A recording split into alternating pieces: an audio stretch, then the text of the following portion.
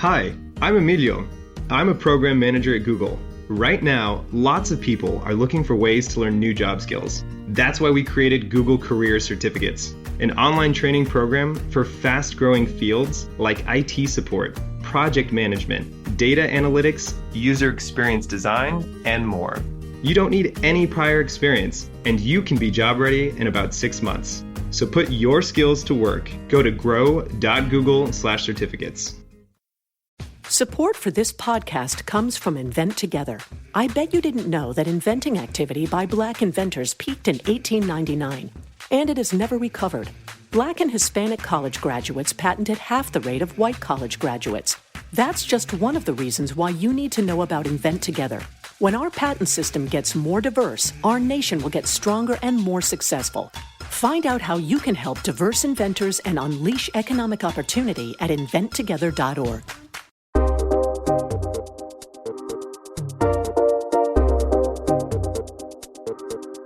This is C-SPAN's The Weekly. I'm Steve Scully in Washington. It is a 50-50 Senate, with the Democrats holding on to a narrow majority, with Vice President Kamala Harris in the role of Senate President, casting any tie-breaking votes. So with the Democratic agenda on the line, the looming debate this year is over the future of the filibuster. We'll get some perspective with Kim Strassel.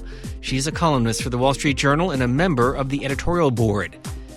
Now, the filibuster is one of more than 40 standing rules which essentially govern the day-to-day operations of the chamber. And over the years, it has been the subject of debate, criticism, and Hollywood movies. From this 1939 classic Frank Capra film, Jimmy Stewart playing Senator Jefferson Smith in Mr. Smith Goes to Washington. You think I'm late? You all think I'm late? Well, I'm not late. And I'm going to stay right here and fight for this lost cause, even if this room gets filled with lies like these. And the Taylors and all their armies come marching into this place. Somebody will listen to me. An example of the talking filibuster in Mr. Smith Goes to Washington. Today, President Biden and others say one way to reform the Senate filibuster is to go back to that. But the endless speeches often sounds like this in 2013 with Senator Ted Cruz. I would not like them here or there. I would not like them anywhere. I do not like green eggs and ham. I do not like them. Sam, I am. Kim Strassel of the Wall Street Journal makes this point about senators talking and talking as a way to hold up legislation or presidential nominees. Because, again, if you're the minority, all you have to do is have one senator on the floor, and they can take turns, and they can go on rotation, and they can just keep talking. Whereas the majority in the case needs to have 50 senators around to prevent the minority from ending the debate. And in the meantime, no other Senate business, and in this case, that would include the confirmation of President Biden's nominees, could be conducted as all of this stretched on. We'll have more of our conversation just ahead. But first, the Republicans, now in the minority, this from Kentucky Senator Mitch McConnell. For a long time, senators on both sides have recognized the Senate and the country are better off with some actual stability. Both sides have understood there are no permanent majorities in American politics. So a system that gives both sides a voice benefits actually everyone in the long term. Those comments on the Senate floor by Republican leader Mitch McConnell, and a recent piece in the Wall Street Journal with this headline, "A Day in a Scorched Earth Senate." The opinion of Kimberly Strassel. She is joining us on the phone as a columnist for the Wall Street Journal. She's also a member of the editorial board. Let me go back to what Senator McConnell was saying. Basically, Democrats have a narrow majority today. That could easily change in the future. Yeah, I agree. I think what McConnell is saying there is be careful what you wish for. He noted that the Senate has long been a place designed to slow things down, to require some kind of consensus, to get 60 votes. He pointed out that Republicans, when they were most recently in the majority, did not get rid of the filibuster, and pointed out to Democrats that it's very possible that even next year they could win back the majority. And at that point, then Democrats would very much like to have that filibuster to protect their own minority rights. So, again, be careful what you wish for. Let me go back to your words. You wrote the following, quote, "The Democratic media complex reserves a special scorn for politicians who burst their bubbles, so little wonder that the cabal is dumping so hard this week on the Senate Republican leader Mitch McConnell." And you pose this question: how dare he speak truth to filibuster nonsense? Why nonsense? Nonsense in this regard, Steve, that you've had a number of people in the Democratic Party on the left who've been pushing to get rid of the Senate filibuster for several years now. And one of their main arguments is that the filibuster is the reason we have a broken Washington, because that 60-vote hurdle just makes it too hard to get anything done. And so they say get rid of it, and suddenly all this legislation will flow. And what they didn't like about some of McConnell's comments was pointing out that has got it backwards. If you get rid of the filibuster and in the process you infuriate 50 minority senators, you're going to get rid of the one thing that does make the Senate work somewhat, which is collegiality and comedy. Because what a lot of people don't understand who don't watch Washington on a daily basis or watch it on C-SPAN is that the Senate is entirely designed around the rights of individual senators. And if they're angry, they have the ability via all kinds of rules that have nothing to do with the filibuster to completely bring that body to a halt. And so Democrats say, hey, get rid of the filibuster. We'll get everything we want. The reality is that you probably see a Senate that got nothing accomplished, perhaps for months at a time. But Democrats say right now the system is broken because there have been so many filibusters in recent years. Yes, and that is a consequence of polarization in Washington, not the filibuster itself. Look, we've had the filibuster for decades and decades and decades, and we've passed incredibly consequential legislation throughout that period of time. Civil rights legislation, welfare reform legislation, big things on school testing standards. And that was because in those pieces of legislation, you had members of both parties willing to come together on bills that might not have been perfect, might not have been the thing that either side wanted or got everything of what they wanted, but they were willing to compromise. That really is what the Senate's about. The only thing that's changed now is that Democrats aren't willing to compromise, at least on some of these big priorities as they've just started this administration. And Republicans in the past have been unwilling to compromise. And that's the problem. It's not the filibuster. Well, listen to this exchange between CNN's congressional reporter Manu Raju and the Senate Democratic leader Chuck Schumer on Capitol Hill earlier this spring.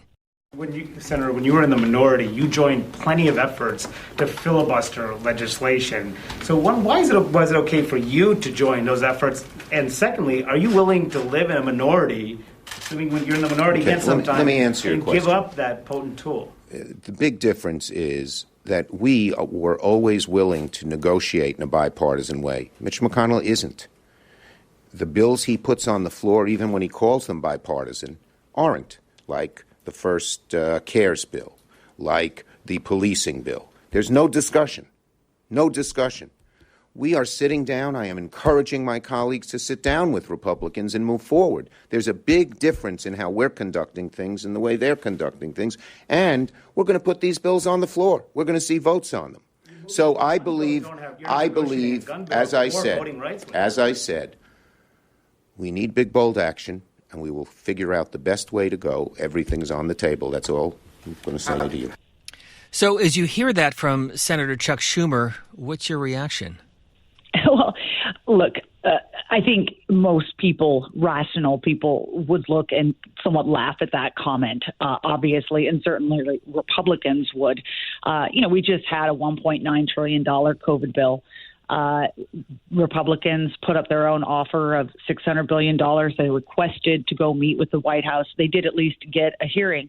And then they were summarily dismissed, and the White House and Senate and House leaders wrote their own bill with absolutely no input whatsoever from Republicans.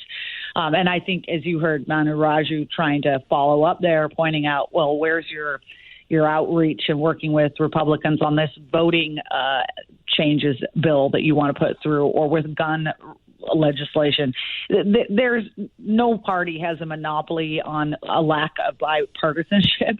And again, both sides have certainly done this, but Democrats are not behaving in any more bipartisan fashion than the recent reign by Republicans. So this is a response to that. Here is what Senator Mitch McConnell said on the Senate floor. Or if our colleague's story that the filibuster was not an offensive relic as recently as last summer, but magically, imagine this, just magically, within a year, magically became an offensive relic at the instant the Democrats came to power. All of a sudden, it's an offensive, racist relic when the Democrats came to power. Jaw-dropping hypocrisy. These backflips insult the intelligence of the American people. The far left is desperate to change the subject to the 1960s because they want people to forget how Senate Democrats behaved just last year. That from Senator McConnell. Kim Strassel, as you hear how he responds to Democrats who claim that this is a relic of the past, that it is racist, what are your comments, your observations? Well, I think he's simply reminding people, look, the filibuster is simply a procedural tool in the Senate, okay? It's not a racist tool. It's just a tool. It's been used over decades by people of every party for purposes of all kinds of reasons. Now, it is true that, yes, in the 1960s, the Democratic Party, there were members of the Democratic Party that used the filibuster to forestall civil rights legislation, to attempt to stop it. But that simply means that it was used for poor purpose at one point. It doesn't mean that it was born out of or specifically designed in any way to exist as a racist tool. So this has become this talking point on the Democratic progressive side because they're trying to bolster their arguments for getting rid of it because it is what stands in the way of their agenda in their minds. But it doesn't make it any more true. And, as evidenced by, as Mitch McConnell pointed out, by the fact that Democrats have used the filibuster just as frequently as Republicans have and as recently as just a few months ago. And as you pointed out, these rules changes have been in the works for a while. There are 44 standing rules in the Senate. The filibuster is one of them. I want to go back to some of those rules in a moment. But a quick history. This is on the Senate floor in 2013 as the Democratic leader, in the majority at the time, explaining why he was invoking what was called the nuclear option for cabinet nominees and lower court federal judicial nominees. Even one of the Senate's most basic duties, confirmation of presidential nominees, has become completely unworkable. Mr. President, there has been unbelievable, unprecedented obstruction. For the first time in the history of our republic, Republicans have routinely used the filibuster to prevent President Obama from appointing an executive team or confirming judges. It's truly a troubling trend that Republicans are willing to block executive branch nominations even when they have no objection to the qualifications of the nominee. Instead, they block qualified executive branch nominees to circumvent the legislative process. They block qualified executive branch nominations to force wholesale changes to laws. They block qualified executive branch nominees to restructure entire executive branch departments. And they block qualified judicial nominees because they don't want President Obama to appoint any judges to certain courts. The need for change is so very obvious. That from former Nevada Senator, Democratic leader Harry Reid. And in that same speech, he offered these numbers. In the history of our country, some 230 plus years, there have been 168 filibusters of executive and judicial nominations. Half of them have occurred during the Obama administration. Mr. President, 230 plus years, 50%. 4.5 years, 50%. Is there anything fair about that? Kim Strassel, does he have a point? So he does. He does. Now, even though, because I agree, look, this is one of those areas in the Senate, and when we're talking about specific Senate duties, that I think presidents should have an enormous amount of say and be given a lot of deference over who they ask to serve around them. And barring, some real ethical issues or some real concerns that they are simply not fit or qualified for the job, or that they will in some way, because of past statements or things they've done, make working with the Senate impossible, that generally you should support those nominees on both sides of the aisle. And so it was certainly problematic when Republicans did that. Democrats have done it just as much. I remember writing a column back in 2019 about this poor individual who had been nominated by President Trump to serve a part-time board position on the Tennessee Valley Authority. And he had been blocked by Senate Democrats for 388 days. And so there's all kinds of ways these things can get slowed down. And I do think that that's more of a tit for tat between the parties that is excessive. I didn't agree with the notion of getting rid of the filibuster for nominees, because I thought it would have been better if the parties had simply worked that out. Once it happened, I could understand why Mitch McConnell furthered that and decided to get rid of it for Supreme Court nominees as well, too. But I would point that this question of filibusters for nominees is very distinct from that of legislation, because, again, nominees are something where I think presidents deserve deference, but legislation is something the Senate has always been set up to try to require some bipartisanship. And so getting rid of the Senate legislative filibuster is something very different entirely. And you make a very important point, because up until 2017, Supreme Court nominees were exempted from the simple majority, but that changed as the Republicans now back in the majority. And here is how it unfolded. We carried it live on C-SPAN 2. You'll hear from Republican leader Mitch McConnell. Presiding over the Senate that day was Deb Fischer, Republican senator from Nebraska. And the final vote tally coming from then Utah Senator Orrin Hatch. Here is how it unfolded. We need to restore the norms and traditions of the Senate and get past this unprecedented partisan filibuster. Therefore, I raise a point of order that the vote on cloture under the precedent set on November 21st, 2013 is a majority vote on all nominations. The precedent of November 21st, 2013 did not apply to nominations to the Supreme Court. Those nominations are considered under the plain language Rule 22.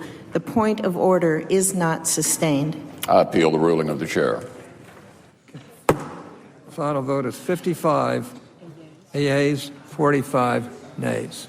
On reconsideration, the cloture motion is agreed to. That from the Senate floor in 2017. Was that a mistake to take Supreme Court nominees to a simple majority vote? Again, I wish the filibuster had simply been retained for everything in the end. I don't fault Mitch McConnell for doing that for Supreme Court nominees, because the precedent had been set by Harry Reid 4 years earlier.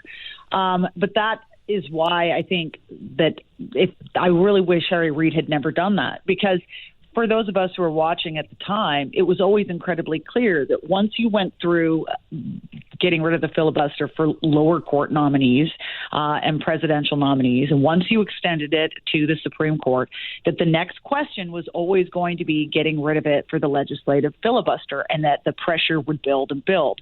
But the difference, again, is one of enormous magnitude, because changing the filibuster for nominees is about making sure a president has his people around him. Changing the legislative filibuster would essentially transform more than 200 years of what the Senate was designed to do, which is to act very much as a body required to encourage consensus. You're listening to C-SPAN's The Weekly.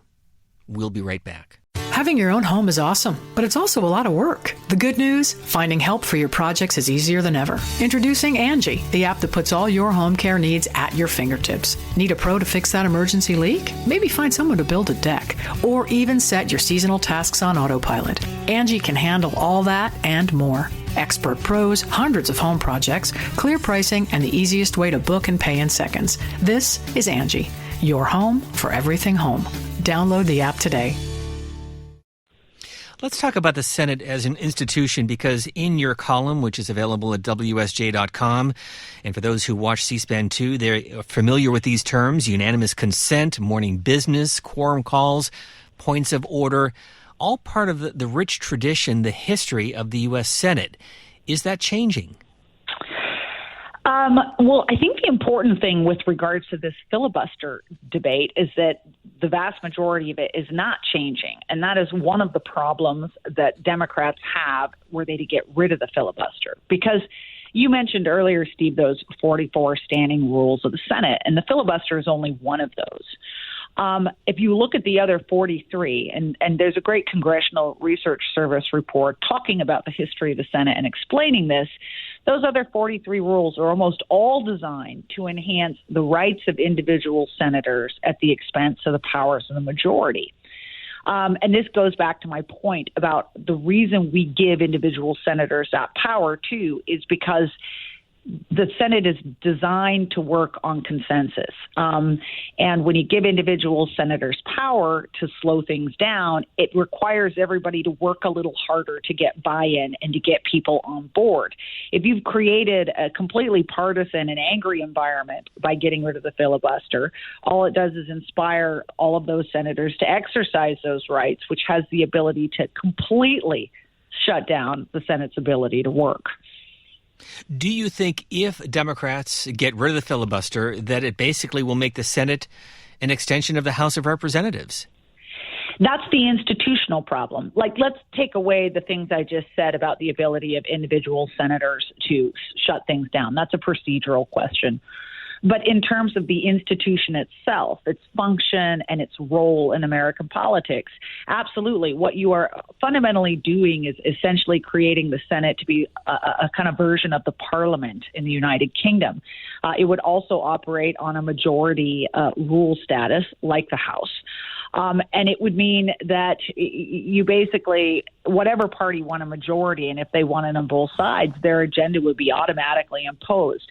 But that would lead to a lot of instability, because if 4 years down the road you had a new member of the White House and new majorities in Congress, they'd simply reverse it all and then impose their extreme agenda.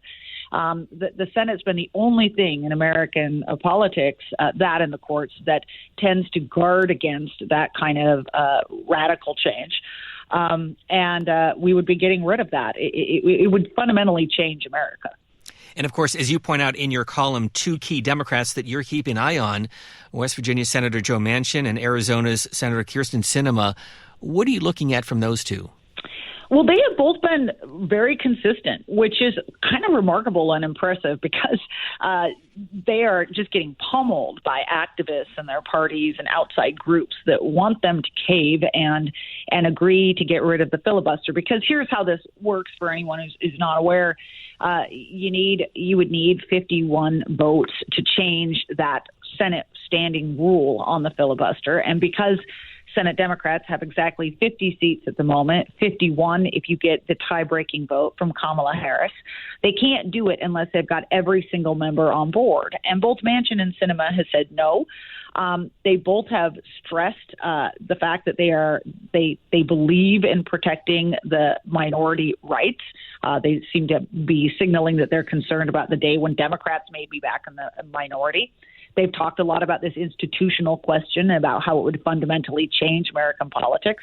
Both have talked a lot about how they are bipartisan. It's worth noting that both hail from more reddish states, particularly the case in Joe Manchin, and how they want a situation in which people are required to work together rather than against. Now, interestingly, Manchin at least seems to have been taken a bit by the argument that somehow there should be filibuster reform. He's talked about going back to the old talking filibuster. That doesn't necessarily help Democrats much because under the way we used to do talking filibusters, Republicans would have a great deal of ability to just simply stand up and talk for very long periods of time, and nothing else will get done in the Senate. So that does not please Democrats who simply want a way of effectively killing the filibuster. But so far, you haven't seen either of them shift on this issue. And of course, talking filibusters can often lead to moments like this. In 2013, Texas Republican Senator Ted Cruz. Do you like green eggs and ham? I do not like them, Sam I am. I do not like green eggs and ham. Would you like them here or there? I would not like them here or there. I would not like them anywhere. I do not like green eggs and ham. I do not like them, Sam I am. One of the most viewed moments in the C-SPAN video library, by the way. Well, it's a great moment, and we haven't had any kind of real talking filibusters in a long time. But I think one thing that a lot of people don't know about that history is that when we did get rid of them decades ago, it was actually it was Democrat, or I should say, it was the majority party that wanted to get rid of them because it turns out. Most people don't know this, but it turns out that the talking filibuster is actually far more difficult for the majority than it is for the minority. Because again, if you're the minority, all you have to do is have one senator on the floor and they can take turns and they can go on rotation and they can just keep talking. Whereas the majority in the case needs to have 50 senators around to prevent the minority from ending the debate. And in the meantime, no other Senate business, and in this case, that would include the confirmation of President Biden's nominees, could be conducted as all of this stretched on. And so it was a joint decision by both parties at the time to get rid of the talking filibuster and simply go to the system we have now. Bringing back the old talking filibuster wouldn't necessarily help Democrats at the moment. So what do you think is going to happen? You've been watching this, observing it for many years, writing about it for the Wall Street Journal. What is your best sense? So my best sense at the moment is that I think you're going to see a couple of different things. First, you're going to see Democrats, they just introduced this new jobs plan, or I should say infrastructure plan by President Biden, something that they think or hope could get some bipartisan support by Republicans. Looking at it and the details, $2 trillion worth of it, there's very little in there that Republicans, in fact, probably would like. It's not very bipartisan, and it also, of course, contains enormous tax increases. So they're going to try, though, and once I think Republicans exhibit their interest in non-interest in going along with this, and maybe they'll bring up a couple more bills to also try to demonstrate Republican obstruction. Then they're going to push again to have Joe Manchin and Kyrsten Sinema join with them to break the filibuster. And we'll see then. Again, I've noticed that the new strategy seems to be, okay, well, we won't kill it. We want to reform it. You see all kinds of proposals floating around Democratic circles about how to do that. The test for people who are watching is, does any reform actually preserve the ability of the minority to keep legislation from moving forward? If you are talking about a filibuster reform that still basically allows the majority to do whatever it wants with no minority input, whatever you call it, it's still killing the filibuster. And we'll see if Joe Manchin or Kyrsten Sinema go along with that. Now, I don't think they necessarily will. And if that's the case, then watch for a lot of maneuvering for Democrats to try to figure out how they can ram more of their agenda through via the remaining reconciliation bill that exists right now. And we're already hearing talk about how Chuck Schumer is trying to convince a Senate parliamentarian that he ought to have more chances at reconciliation. I think the sad thing that I haven't heard from anyone, and I'm doubtful will happen, is that none of this seems to persuade the White House or Senate Democrats that maybe the better thing to do is that old-fashioned thing of trying to work with the other side. The other part of the debate that we have been hearing a lot of is D.C. statehood, which would cement 2 additional Democratic senators, presumably, to the U.S. Senate. How much of the debate is that? Well, look, when I look at the agenda that Democrats are putting forward, I put them in two different categories or buckets. Some of these bills seem to be about fundamentally transforming the economy and putting a lot of money out there, whether it's into infrastructure or new areas where housing and education and all the things that you traditionally think of Congress having fights over. The other bucket is what I call structural changes, and they're a little bit more, I think, concerning to me and to members of the minority at the moment in Congress, and that these are things that would fundamentally change the institutions and structures of the country. You know, the voting bill that they have put forward is essentially a federal takeover of a lot of state election laws, which traditionally in the entire history of this country, it's always been left to states to set the time, manner, and place of their elections. This bill would fundamentally end that. The D.C. statehood bill that you just mentioned would fundamentally change the numbers in the Senate and is very clearly aimed, given that it's coming at the moment, it is designed to increase the chances of Democrats retaining a permanent majority, given that there is little question that it would always be Democratic senators elected from D.C. So that's only increased the pressure to get rid of the filibuster, because a lot of this is just brass knuckle politics, and Democrats see with these structural reform or changes a way to I think, rig the game more in their favor. So let me conclude with this question, because we've heard in the past from Republican and Democratic leaders, is there hypocrisy on both sides? Is it where you stand depends on whether you are in the majority or the minority? Oh, absolutely. I think it's always been the case. But this is why this is very dangerous stuff, Steve, is that people are being very short term about this. And, you know, I look back to 2009, for instance. The Obama administration came in.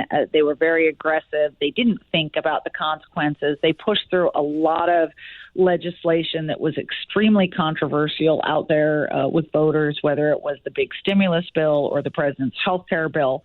And the blowback in 2010 was extraordinary. Republicans had one of their best elections, in 65 years or something like that. So, you know, Democrats right now are thinking of blowing up the entire Senate as an institution, even with the knowledge that by next year they might be in the minority in the Senate again. And 4 years from now, Republicans could be in a place to put through an agenda that would be truly terrifying to a lot of Democrats. So, you know, this is one of those moments where people ought to sit back and try to remember that these kind of big actions could have real consequences down the road. The headline from the Wall Street Journal: Democrats want to fix the chamber by ending the filibuster. That would break it. The view of Kim Strassel. She is a columnist and a member of the Wall Street Journal editorial board. Thank you for joining us. Thanks for having me. And a reminder, be sure to subscribe so you never miss an episode of this podcast, available wherever you get your favorite podcast. I'm Steve Scully in Washington. We thank you for listening.